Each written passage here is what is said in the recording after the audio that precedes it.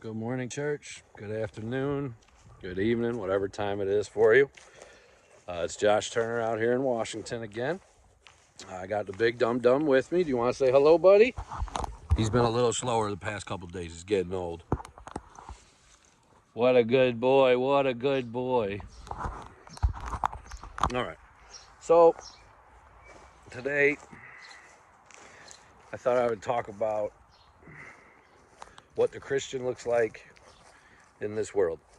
When I say this world, what I mean is the world we all find ourselves in, which is a world that seems to praise things that I consider evil, and what the world considers evil, I consider good, which is weird. So, how are we to look at the world? Should I seclude myself so that way I can make sure that I'm not influenced by the wicked world? Should I lose hope and think to myself that there is no way that I can spread his message of the kingdom and it have any effect because of how wicked and horrible us humans are, and how wicked and horrible we've made this world? I mean, those are ways to think about it, but I don't think that those ways of thinking about it, I don't think they reflect the joy that we've been given in the salvation of our King. So the camera might get a little shaky here. I'm going to try to show you something, and I hope the analogy comes through. I think analogy is the right word. Either way, I hope it makes some sense. So, when the Christian sticks its head up in the world, a lot of times you get your head cut off, or you get your head beat back down, or you just get scarred enough by doing it that time or that few times that you kind of feel like it ain't worth it anymore. You know? Yes, we're supposed to stand up for righteousness and justice, defend the needy and destitute, but it comes at a cost. Sometimes that's our job, sometimes that's money, sometimes it's just our status in life. But the Christian needs to stick their head up. And let me show you why. So, I've done a video before where I said, let me tell you a little bit about the kingdom of God. And that's what I'm going to do here. And I'm going to use, again, grass to show what the kingdom is like. When I say, let me tell you what the kingdom is like, it's not because I've been there, because I have some secret knowledge. I read the book and gathered some info, and I think this is what it's like. I could be completely wrong, so take it for what it is. All right. So this is what the kingdom of heaven is like.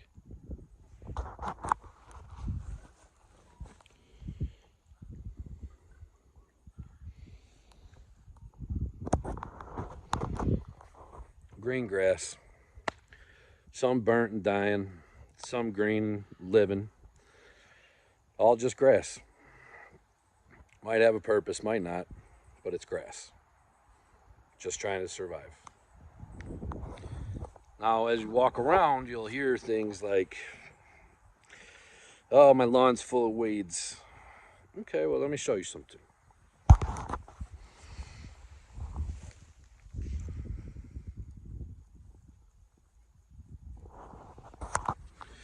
The little yellow flower is pretty. Hello, friend, hello. That little yellow flower is pretty. You can call it a weed, but it brings something to the grass that the grass could not bring to itself. It gives something to the grass that the grass could not produce on its own, no matter how hard it tried.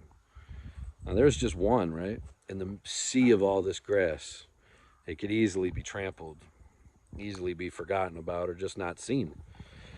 But see, as the Christian stands up, puts their head above the water, and risks it, other Christians see. And they'll start doing the same. And then you get things like this.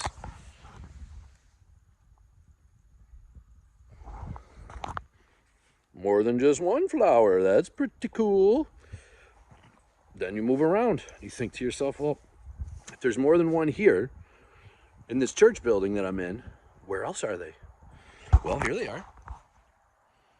And here they are. And here they are. mixed in among the grass, mixed in among the dead grass, mixed in among the grass that's doing really well.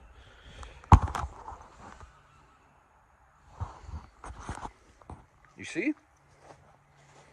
And as you keep moving along in the grass, you'll find more if you keep looking for them. And the more they pop up, more of them pop up.